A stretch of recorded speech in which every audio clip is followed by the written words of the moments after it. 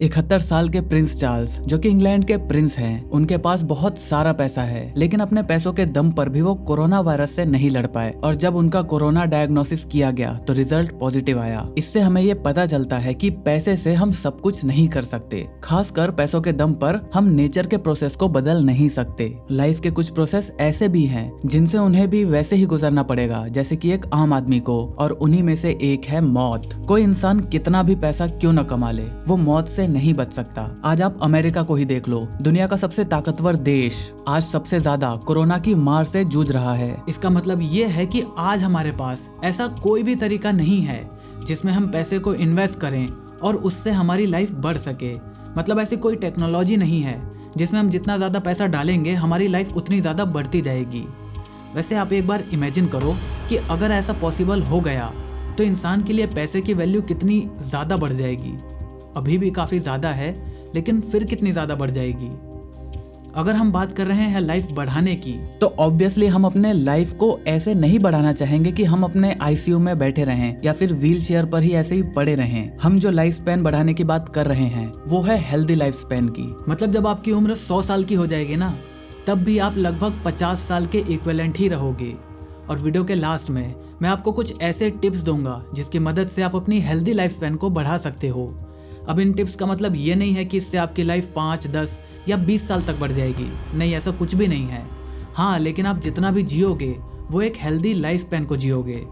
इसीलिए वीडियो को पूरा लास्ट तक देखना। अब देखो, अगर हमें ये जानना है कि हम अपनी लाइफ स्पैन को कैसे बढ़ा सकते हैं, तो उससे पहले हमें ये जानना होगा कि हमारी बॉडी में ऐसे कौन कौन से चेंजेस होते हैं जिसकी वजह से हम बूढ़े होते हैं।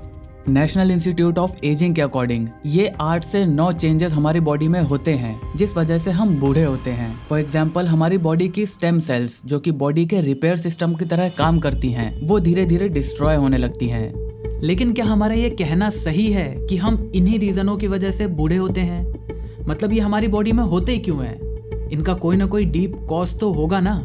कुछ समय पहले तक ये माना जाता था कि हमारे डीएनए में टाइम के साथ चेंजेस होते रहते हैं और इसीलिए हम बूढ़े होते हैं। लेकिन क्लोनिंग को पॉसिबल होता देख ये थ्योरी पूरी तरह से फेल हो जाती है। आज डॉक्टर्स एक बूढ़े कुत्ते के डीएनए को क्लोन करके, मतलब उसके डीएनए का इस्तेमाल करके एग्जैक्ट बिल्कुल उसी की तरह दिखने वाला कुत्ता प्रोड्यूस कर सकते हैं, जो कि बिल्कुल हेल्दी होगा। लेकिन अगर डीएनए वाली थ्योरी के हिसाब से देखा जाए तो ऐसा नहीं होना चाहिए था। मतलब अगर डीएनए में चेंजेस होने की वजह से वो कुत्ता अगर बूढ़ा हुआ था, तो उसके डीएनए से जो नया कुत्ता बना है वो भी उतना ही अनहेल्दी और बूढ़ा होना चाहिए था। लेकिन ऐसा होता नहीं है, क्योंकि 2017 में जब बारबरा स्ट्रेलैंड नाम की एक लेडी ने अपने पालतू कुत्ते, जो कि मर गया था, उसके डीएनए से उसका क्लोन बनवाया, तो जो नया कुत्ता बना वो बिल्कुल ही हेल्दी और फिट निकला था। ये प्रोसेस कोई भी आम इंसान करवा सकता है, आप भी करवा सकते हो। हाँ, अगर आपके पास अपने पेट पर खर्च करने के लिए $1,00,000 है तो।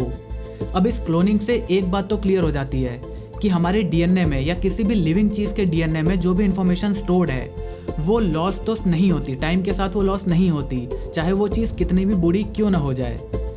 तो फिर बूढ़े होने का रीजन क्या है? प्रोफेसर डेविड सिंक्लेयर, जो कि एजिंग के ऊपर कई सालों से रिसर्च कर रहे हैं, उन्होंने एक बुक लिखी है जिसका नाम है life span, why we age and why we don't have to. उनका कहना है कि हमारे बूढ़े होने की वजह इंफॉर्मेशन का लॉस होना ही है, लेकिन वो जीनोम में होने वाला लॉस नहीं, बल्कि एपिजेनोम में इंफॉर्मेशन लॉस होने की वजह से होता है। हमारे डीएनए को आप एक इंस्ट्रक्शनल बुक की तरह समझ सकते हो, जो हमारी बॉडी को बताता है कि हमें कैसे ग्रो करना है, कैसे डेवलप करना है, हमारी बॉडी कैसी दिखेगी, हमारे बाल, हमारी खुद की लंबाई क्या होगी। ये सारी इंफॉर्मेशन आपके डीएनए में आपके पैदा होने के साथ ही स्टोर्ड हो जाती है। इसी इंस्ट्रक्शन को जीनोम कहते हैं। फिर ये एपिजेनोम क्या है? देखो, हमारी बॉडी में जितनी भी सेल्स हैं उन सभी का डीएनए बिल्कुल सेम होता है। अब अगर इनका डीएनए सेम है तो इन्हें ये कौन बताता है कि इन्हें जब ये ग्रो होंगे तो ये ब्रेन सेल बनेंगे, ये स्किन सेल बनेंगे, ये हेयर सेल्स बनेंगे? ये सारी बातें एपिजेनोम में ही स्टोर्ड रहती हैं।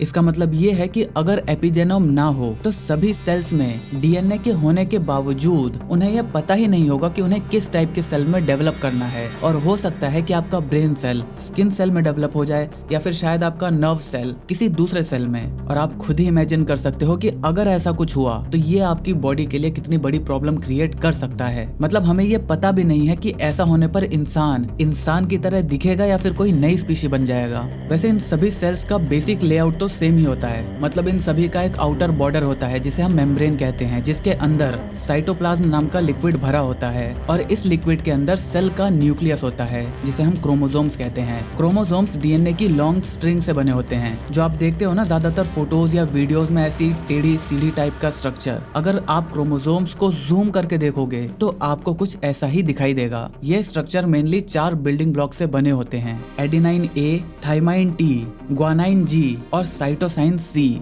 ये आपस में मिलकर लैडर के स्टेप जैसा स्ट्रक्चर बनाते हैं और इनका अरेंज होने का फॉर्मेट ही जीन्स कहलाता है। जैसे किसी में ये फॉर्मेट ATGCTA या किसी में ये फॉर्मेट GCATCG होता है, या फिर ऐसे ही और मिलियंस ऑफ कॉम्बिनेशन बनाए जा सकते हैं। जब हम कभी धूप में बिना अपनी स्किन को कवर किए या फिर बिना सनस्क्रीन के बाहर निकलते हैं तो ये सनलाइट हमारे क्रोमोसोम्स को ब्रेक कर देता है और फिर सेल्स प्रोटीन की मदद से इन्हें रिपेयर करके इनका स्ट्रक्चर दोबारा पहले की तरह बना देते हैं। धूप में बाहर निकलना तो उन हजारों रीजंस में से एक है जिससे क्रोमोसोम्स ब्रेक होते हैं। अब क्रोमोसोम्स वापस ठीक हो तो जाते हैं, लेकिन एपिजेनोम की रीसेटिंग कंप्लीटली नहीं हो पाती, या हम कह सकते हैं कि वो केवल 99% ही ठीक हो पाते हैं और यही 1% इंफॉर्मेशन जो धीरे धीरे लॉस होती रहती है।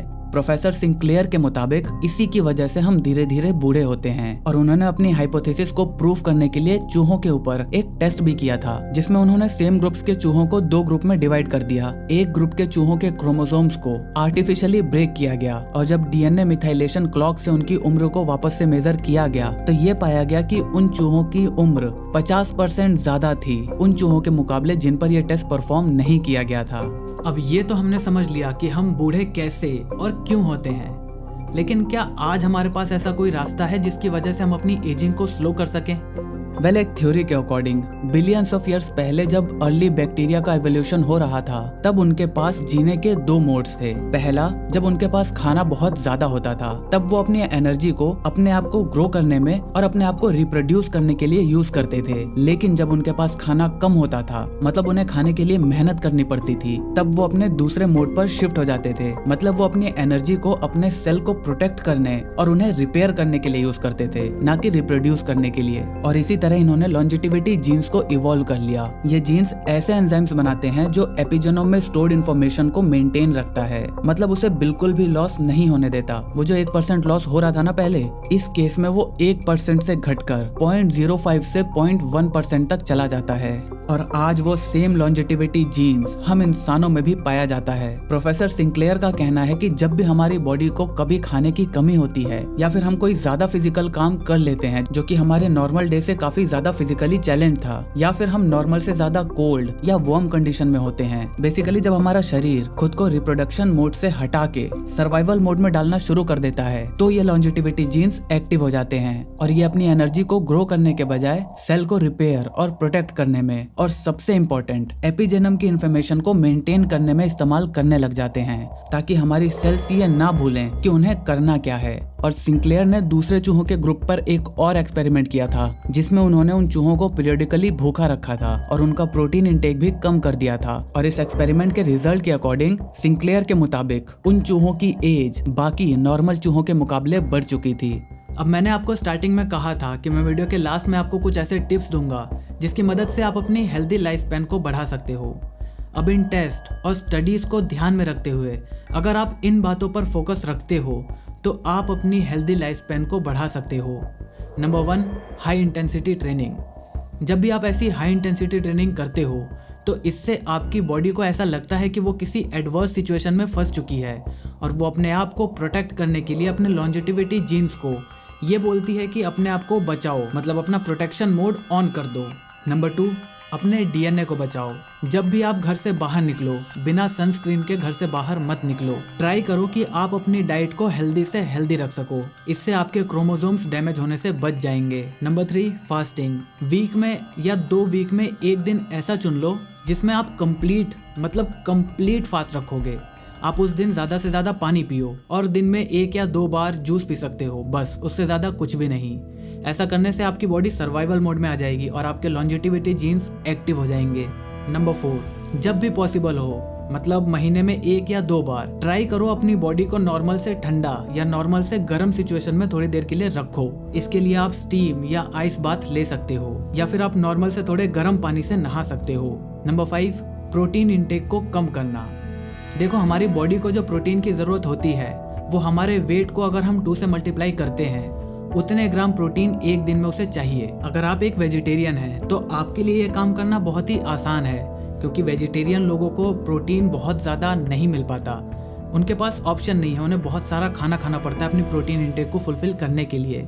लेकिन अगर आप एक नॉन वेजिटेरियन हो तो आप अपनी डाइट से मीट, मतलब जितनी भी ऐसी चीज़ें हैं जिसमें प्रोटीन काफ़ी ज़्यादा होता है, उसको कम करो। मतलब हमारा डेली जो इंटेक का लेवल है उससे ज़्यादा बिल्कुल भी जाने की कोशिश मत करो, अनटिल एंड अनलेस आप बहुत ही हैवी, मतलब बहुत ही ज़्यादा वर्कआउट करते हो। तो देखो, हमारी बॉडी में जो लॉन्जिटिविटी जीन्स हैं वो 3 टाइप्स के होते हैं, और उनमें से एक जो है वो प्रोटीन इंटेक को मॉनिटर करता रहता है। अगर उसको प्रॉपर प्रोटीन मिलता रहे तो वो कभी भी एक्टिव नहीं होंगे, क्योंकि उन्हें ज़रूरत ही नहीं है। इसीलिए आप प्रोटीन इंटेक को कम करो ताकि वो एक्टिव हो सके।